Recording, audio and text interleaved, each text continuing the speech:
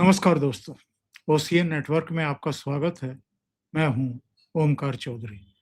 जून 2024 में लोकसभा के जब नतीजे आए थे, उस समय भारतीय जनता पार्टी को झटका लगा था। 240 सीटों पर अटक गई थी और ये तीसरा अवसर था जब प्रधानमंत्री नरेंद्र मोदी के नेतृत्व में सरकार बनी, पर सहयोगियों के सहयोग से बनी।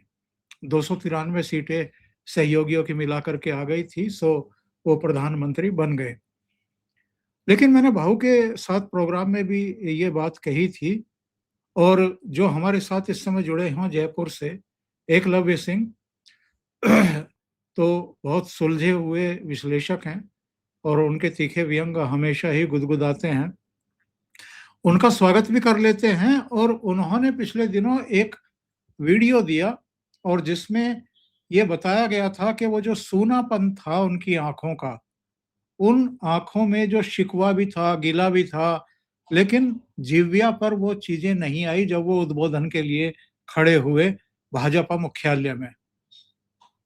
लेकिन हिंदुस्तान की कोटि-कोटि जनता ने उन आंखों को पढ़ लिया।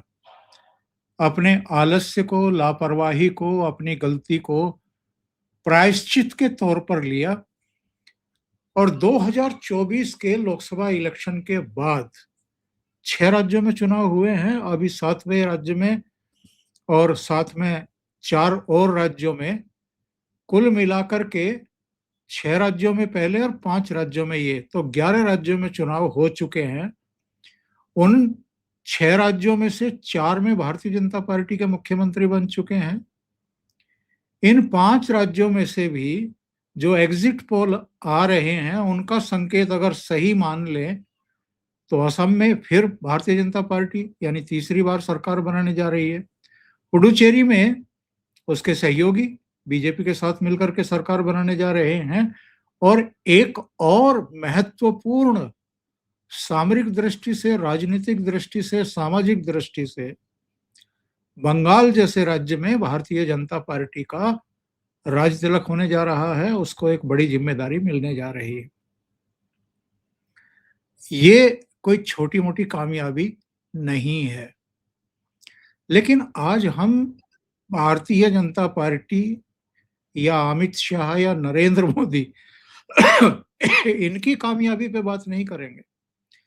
हम कांग्रेस समेत 2024 के लोकसभा चुनाव से पहले जो एक जमावड़ा बना था मोदी को हटाने के नाम पर, इंडिया अलायंस जिसको नाम दिया गया था, आज हम उसकी बात करेंगे। लोकसभा चुनाव में इन्होंने क्या किया, लोकसभा चुनाव के बाद जो अब तक 11 राज्यों के चुनाव हुए, इनमें इनका परफॉर्मेंस क्या रहा और जो जो मोदी विरोध के नाम पर, मोदी को हटाने के नाम पर इकट्ठा हुए थे, आज वो किस अधोगति को प्राप्त हुए हैं, जरा इस पर बात करेंगे। तो एकलव्य जी, बहुत स्वागत है आपका। नमस्कार सर। सबसे पहले तो प्रणाम आपको, आपके सारे दर्शकों को। सर ये देखिए, मैं समझता हूँ कि एक इंटरेस्टिंग बात है कि अभी आजकल सर आईपीएल का सीजन चल रहा है, जो क्रिकेट का इंडियन प्रीमियर लीग होता है इंडिया में। तो आज से जो मुझे याद आ रहा है, 3 वर्ष पहले इसमें एक नया कॉन्सेप्ट इंट्रोड्यूस किया गया, इम्पैक्ट प्लेयर का सर। तो इसमें क्या होता है कि जो घोषित टीम होती है, बीच में एक, मान लीजिए कि वो 15 ओवर तक उनने करीब 125-150 रन बना लिए, लेकिन 200 रन तक अगर लेके जाना है तो जो अघोषित प्लेयर होते हैं उनमें से किसी को टीम इंट्रोड्यूस कर सकती है इस लेटर स्टेज पे, ताकि एक पुश देने के लिए कि वो 200 तक पहुंच जाए। तो मैं समझता हूं सर कि ये जो इंडिया गठबंधन के जो विपक्षी पार्टियां हैं ना, ये सब समय समय पर बीजेपी के इम्पैक्ट प्लेयर्स की तरह काम करती है। अब आप देखिए सर कि मैं समझता हूं कि ऐसा है कि जो बंगाल में हमें डायरेक्शन देखने को मिल रहा है, वो तो बहुत पहले से देखने को मिल रहा था सर, कि भाजपा इस बार वहां पे सरकार बनाने की स्थिति में हो सकती है। परंतु अब जिस तरह की बातें सुनने को मिल रही हैं, जो फीडबैक आ रहा है कि भाजपा 170 संभवतः 180 या उससे ऊपर भी जा सकती है, इसके इम्पैक्ट प्लेयर राहुल गांधी हैं। भाजपा अपनी लड़ाई वहां पे लड़ रही थी, अब वहां पे सर राहुल गांधी जी पहुंचे, पहले तो 1 या 2 सभाएं करी टोटल, और जब वहां पे पहुंचे तो कहते हैं कि ममता दीदी ने बहुत ही बेकार सरकार चलाई, और यदि वो यहाँ पे अराजकता नहीं फैलाती तो भाजपा के लिए दरवाजा नहीं खुलता। मतलब ये नहीं बोला कि कांग्रेस के लिए दरवाजा नहीं खुलता, कह रहे हैं कि भाजपा के लिए दरवाजा नहीं खुलता, और इस बात को कोई नकार भी नहीं सकता, ये और बता दिया सर। तो ये सर इनकी इंडिया गठबंधन की स्ट्रेंथ है। हालांकि सर देखिए ये क्या है ना कि ये लोग नेचुरल अलाइज नहीं है, सबसे बड़ी समस्या ये है। इस चीज का एक इतिहास भी है, मुझे लगता है ये सब बदलेबाजी का कल्चर है सर। ममता बनर्जी एक समय पे जब कांग्रेस की कर्मठ नेता हुआ करती थी पश्चिम बंगाल में, और जब वो कम्युनिस्ट के अगेंस्ट अपनी लड़ाई लड़ रही थी लेफ्टिस्ट के अगेंस्ट, तो उस समय ममता जी को इस गांधी परिवार में अकेला छोड़ दिया था। और यही कारण है कि जब ये इंडिया अलायंस बना तो इसमें एक तरह से कम गांधी परिवार या राहुल गांधी की लीडरशिप को इस इंडिया अलायंस में ममता जी ने कभी स्वीकार नहीं किया, और मैं समझता हूं कि उसी का बदला अब ये राहुल गांधी ले रहे हैं। तो ये तो कहानी हुई सर पश्चिम बंगाल की। अब आप सर तमिलनाडु में स्टैलिन को उठा लीजिए। अब सर मुझे लगता है कि ये जो महिला आरक्षण इंट्रोड्यूस होने के चलते जो एक परिसीमन की अपॉर्चुनिटी थी, ये साउथ के स्टेट्स के लिए एक ऐतिहासिक अपॉर्चुनिटी थी। लेकिन बस मतलब कांग्रेस के चलते, कांग्रेस के गठबंधन के चलते साउथ इंडिया के सारे स्टेट्स का इस चक्कर में स्टैलिन ने नुकसान करा दिया, और उससे भी ज्यादा इंपॉर्टेंट कि फ्यूचर में बीजेपी के लिए बहुत बड़ा फायदा करा दिया। क्योंकि ये तो इसमें कोई डाउट ही नहीं है कि आज की स्थिति तो यह है कि बीजेपी का स्ट्रॉन्ग होल्ड नॉर्थ इंडिया में ही है। आज अगर सेम रेशियो में सीट्स बढ़ जाती तो काफी समय के लिए साउथ इंडियन स्टेट्स को फायदा हो जाता, और इसका खंडन जो है सर चंद्रबाबू नायडू जो एनडीए में उनने ही नहीं, जगन मोहन रेड्डी ने भी किया। और अब सर ये वैसे तो हम इन्हीं लोगों की बात कर रहे थे, लेकिन एक बस तुलना के परिप्रेक्ष्य में अगर आप देखें कि भाजपा कैसे काम करती है तो वो इससे कितना डिफरेंट हो जाता है सर। जिस दिन आपको ध्यान होगा कि बिहार के जिस दिन परिणाम आए, उसी दिन मोदी जी ने एक बात कह दी थी कि ये जो हमारी गंगा जी का आशीर्वाद इस बार मिला है, ये गंगा जी बिहार से बहती हुई बंगाल ही जाती हैं।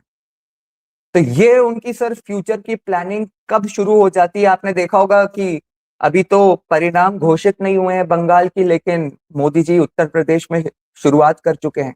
और अगर एक लंबे परिप्रेक्ष्य में भी देखना हो ना सर, तो देखिए अमित शाह 2014 में सर राष्ट्रीय अध्यक्ष बने थे, और वो उस समय मेरे सिक्किम भी होया है। बिल्कुल बिल्कुल सर बिल्कुल। और तो अमित शाह सर 2014 में राष्ट्रीय अध्यक्ष बने थे, और उस समय मैं समझता हूं कि नई नई जिम्मेदारी थी, और उनका जो फोकस था वो उत्तर प्रदेश के 2017 के चुनाव पे था। तो 2016 में जो बंगाल के चुनाव वो हुए, लेकिन 2016 से 21 की जो जर्नी थी उनने 3 से 77 पे पहुंचा दिया। और 16 से 21 से जो 26 की जर्नी है सर, उसके क्या परिणाम आते हुए दिख रहे हैं वो हम ऑलरेडी देख रहे हैं सर। तो मैं तो सर आपको मतलब कल सर मैं एक डिबेट शो पे जब एग्जिट पोल्स में गया हुआ था, तो ये जो विपक्षी पार्टियों के लोग थे, ये हर वक्त घुमा के चीजों को तमिलनाडु केरला पे लाने का प्रयत्न कर रहे थे। तो मैं ये सर आपको बता रहा हूं, मुझे ऐसा लगता है कि ये भाजपा की जो लॉन्ग टर्म रणनीति है ना, उसको ये शायद समझते ही नहीं है। मैं आपको बता सकता हूं कि 15 वर्ष बाद तमिलनाडु और केरला में भी भाजपा में हमें ऐसे परिणाम संभवतः दिख सकते हैं जो आज हमें बंगाल में देखने को मिल रहे हैं। और ये सर इन लोगों का, और सर ये कोई मतलब नॉट जस्ट कांग्रेस, या ये तो हमने मतलब अभी जो हमारे सामने इंस्टेंट एग्जांपल्स हैं वो देख लिए, मतलब उसके अलावा जब जब इनको जरूरत पड़ती है तो चाहे अरविंद केजरीवाल हो, चाहे उद्धव ठाकरे हो, चाहे शरद पवार हो, चाहे ये जितने इंडिया अलायंस के पार्टनर्स हैं सर, ये समय समय पे अपने मतलब एक दूसरे के अगेंस्ट ही खड़े दिखाई देते हैं।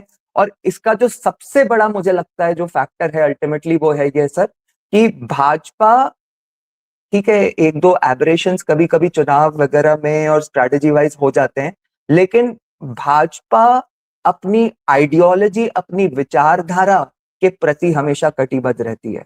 इन लोगों की कोई विचारधारा है ही नहीं सर, मतलब सिवाय सत्ता में कैसे पहुंचना है, कुछ भी करके कैसे करके, इसके अलावा मैं नहीं समझता कि मतलब प्रायोरिटी ये होती है सर।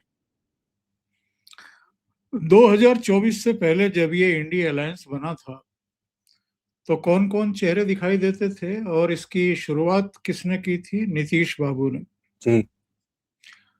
और बाद में स्थिति ये बन गई कि जब नीतीश ने ये जानने की कोशिश की कि उनके कोई चांस हैं क्या संयोजक बनने के, या चेहरे के तौर पर उनको प्रोजेक्ट करने के एज प्राइम मिनिस्टर, क्योंकि लगातार 2024 के लोकसभा चुनाव से पहले कांग्रेस पार्टी हारती जा रही थी और उसकी दशा बहुत खराब थी। कांग्रेस से पार्टी से लोग छोड़ रहे थे, बड़े बड़े नेता छोड़ रहे थे।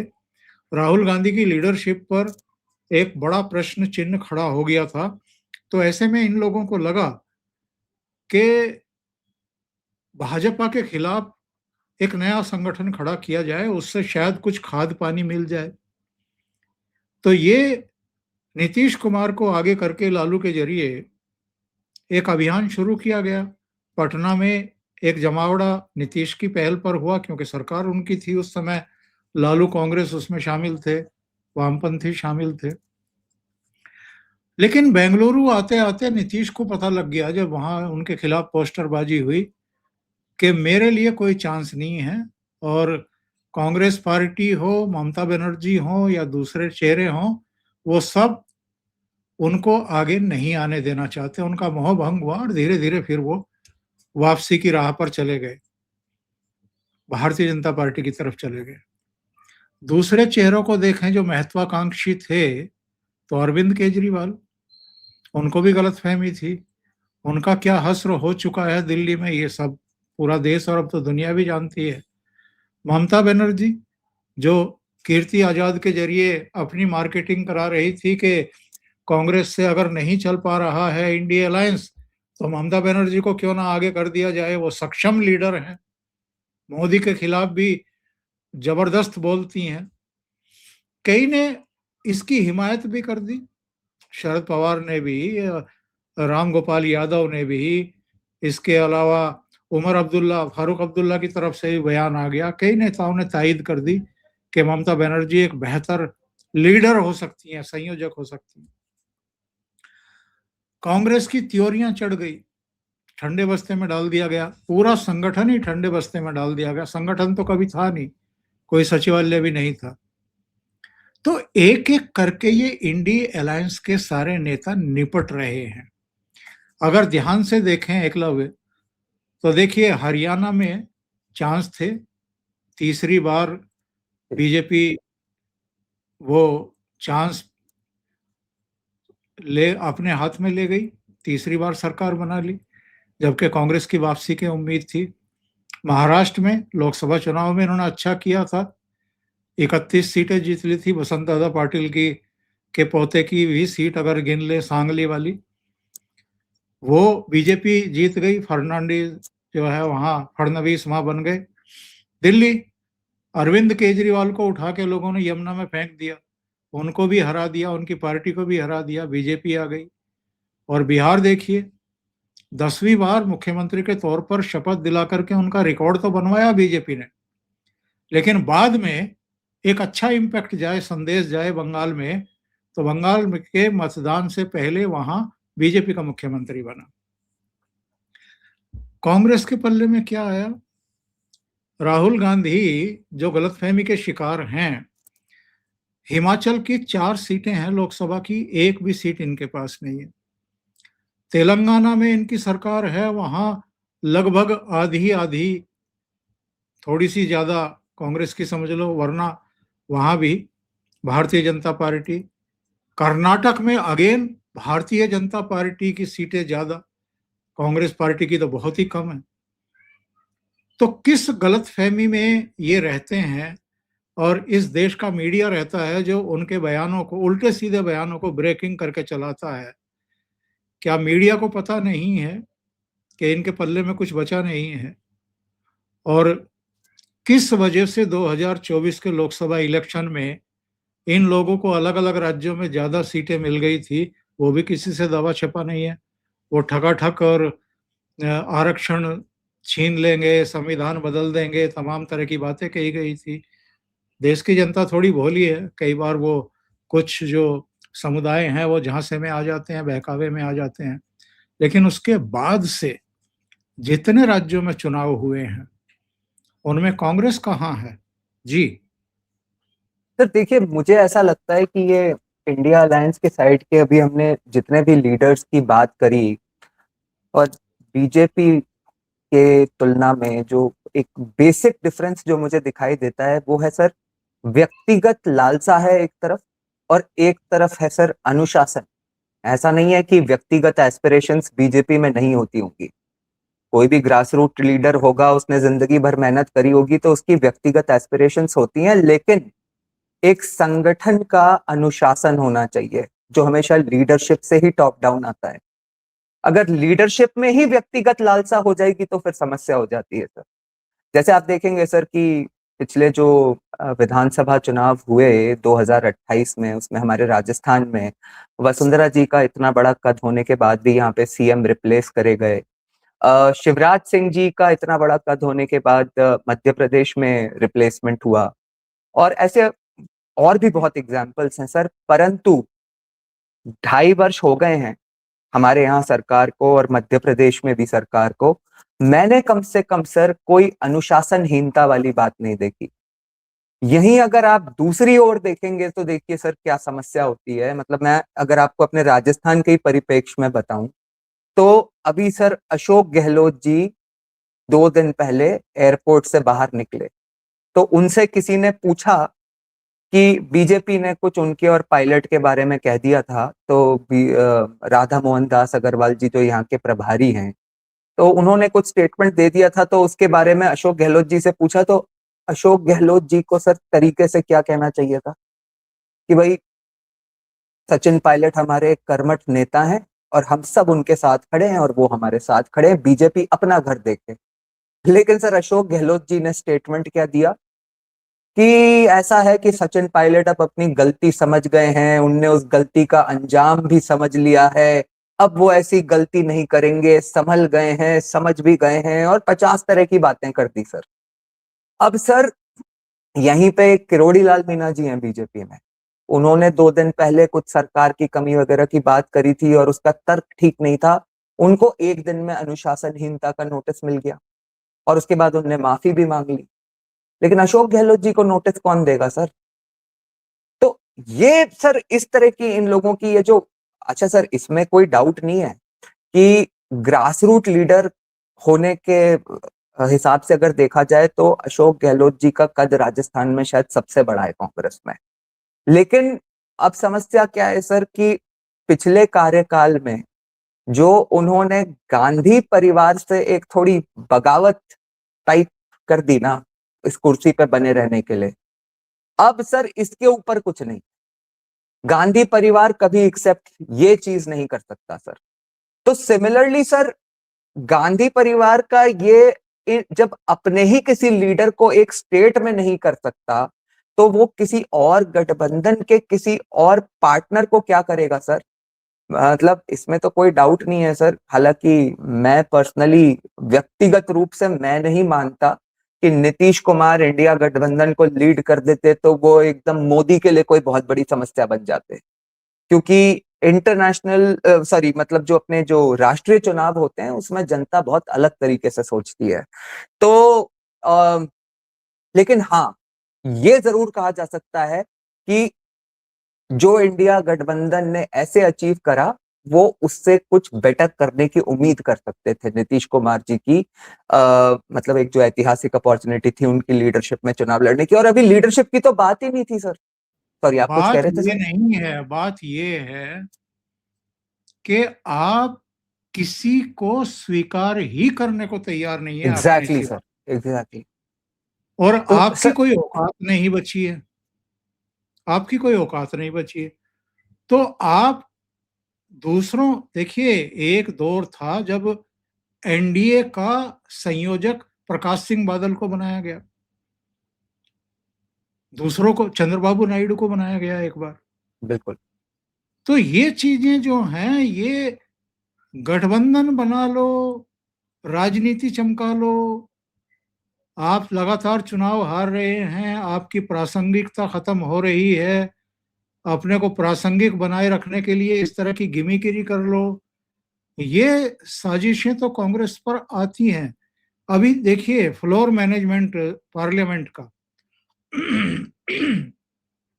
वो करने के लिए, पार्लियामेंट का विधायी कार्य रोकने के लिए, सरकार को बैकफुट पर धकेलने के लिए, संसद का कामकाज, जरूरी कामकाज रोकने के लिए, आप फ्लोर मैनेजमेंट के नाम पर आपको सबकी याद आ जाती है, सबको बुला लेते हैं मीटिंग में और बैठ करके एक साजिश रची जाती है कि इस मुद्दे को उछालो, उस मुद्दे को उछालो, अब इस मुद्दे को आगे ले आओ। लेकिन जब राज्यों में जाते हो तो केरल में आप वामपंथियों के खिलाफ प्रचार करोगे, वेस्ट बंगाल में आप ममता बनर्जी के खिलाफ बोलोगे, उत्तर प्रदेश में वर्ष वर्ष नहीं चल रहा वरना अखिलेश यादव के खिलाफ भी बोले। तो ये जो अंतर विरोध हैं इनके, ये इनको कहीं का नहीं छोड़ रहे हैं। इनकी कोई नीति नहीं, इनका कोई कार्यक्रम नहीं, इनका कोई सचिवालय नहीं, वहां से जारी करने वाला कोई बयान जारी करने वाला नहीं, कोई प्रवक्ता नहीं, कोई संयोजक नहीं, संयोजक है तो उसे कोई मानने वाला नहीं। तो ये क्या खाकर के नरेंद्र मोदी जैसी लीडरशिप का मुकाबला करेंगे? सर बात इनके ये साथ है। देखिए सर इनके साथ देखिए एक समस्या और भी हो जाती है। एक तो जैसे मैंने आपको वो बात बोली कि बीजेपी के कंपैरिजन में जब जो लीडरशिप ही है वही इतना लालच होगा, और ये सिर्फ राहुल गांधी नहीं, चाहे अरविंद केजरीवाल हो, चाहे ममता बनर्जी हो, चाहे अखिलेश यादव हो, ये सब मतलब भाई आप पहले लड़ लो ना चुनाव एक साथ होके, एक एनर्जी से, उसके बाद उस स्थिति में तो आओ पहले कि आपको तय करना पड़े कि लीडर कौन बनेगा। तो सर एक पार्ट तो ये हो जाता है, और दूसरा सर मेरे ख्याल से इनके ये जो कॉन्फ्लिक्ट अराइज करते हैं, इसका बड़ा एक जो रीजन है सर वो ये है कि इनका एक कॉमन, और वो भी मतलब एकदम लिमिटेड वोट बैंक सर। एक तो मुसलमान वोट बैंक, उसमें तो कांग्रेस बड़ी क्लियर है, जहां किसी रीजनल पार्टी के पास वो वोट बैंक छिटक के जाने लगता है। जैसे आपने देखा होगा सर कि 2024 के लोकसभा चुनाव से जब से वो अखिलेश जी को उत्तर प्रदेश में सीट्स मिली हैं, तब से कांग्रेस वहां पे बड़ा कंफ्यूज्ड है कि आने वाले समय में हमें करना क्या है, क्योंकि ये वोट बैंक अगर छिटक के गया तो हमारे लिए आगे चल के बड़ी मुसीबत बन सकती है। और सर तो एक तो ये मुसलमानों का vote bank sir through out India, इनमें हमेशा ये एक फाइट रहती है कि भैया इसको तो किसी भी हालत में नहीं जाने देना है अपने पर्सनल वोट बैंक से दूर, क्योंकि बीजेपी का सबसे बड़ा एंटी वोट बैंक यही है। और सेकंड सर, ये जो भारत के जो आप so called self acclaimed intellectuals की भी बात कर रहे थे ना कि इतना कुछ होने के बाद भी इनको दिखाई नहीं देता, तो ये लोग जो सर मतलब दिल्ली में बैठ के और मतलब बड़े बड़े न्यूज चैनल्स पे और खास करके अंग्रेजी के जो आर्टिकल्स लिखते हैं, ये लोग जो एक ऐसा सोचते हैं कि वो देश में परसेप्शन बनाते हैं, उनके ऊपर भी सर ये उनके भी हीरो बने रहना चाहते हैं। जैसे आप देखेंगे कि भाई मतलब राजदीप सरदेसाई जो हैं वो अपने ममता जी के बारे में, और ये जो दूसरे क्योंकि अब उनको राजदीप सरदेसाई इस मामले में बड़े स्मार्ट है सर, वो एक चीज तो समझ चुके हैं कि भाई राहुल गांधी की तारीफ करना तो अब मेरी पर्सनल रेपुटेशन के लिए बहुत भारी पड़ेगा। तो ये जो रीजनल लीडर्स की वो जिस तरह से तारीफ करते रहते हैं सर कुछ ना कुछ घुमा फिरा के, तो ये जो सेल्फ अक्लेम्ड इंटेलेक्चुअल्स है ना सर, ये लोग उनके हीरो बने रहना चाहते हैं। क्योंकि हालांकि ये मतलब वोट बैंक वाइज कोई बड़ा मतलब सब्सटैंशियल वोट बैंक ऑब्वियसली नहीं है, बहुत छोटा नंबर है ये, लेकिन ये लोग इनका जो वोट बैंक है उसके सो कॉल्ड परसेप्शन क्रिएटर्स हैं सर।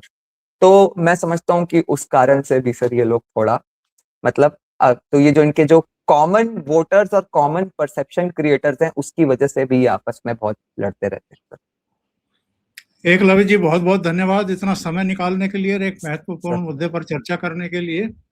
दर्शकों से निवेदन है, आपको ये चर्चा अच्छी लगी हो तो लाइक का बटन दबा दें, वीडियो को शेयर कर लें, चैनल सब्सक्राइब ना किया हो तो सब्सक्राइब कर लें। बहुत बहुत धन्यवाद। जय श्री राम। जय श्री राम।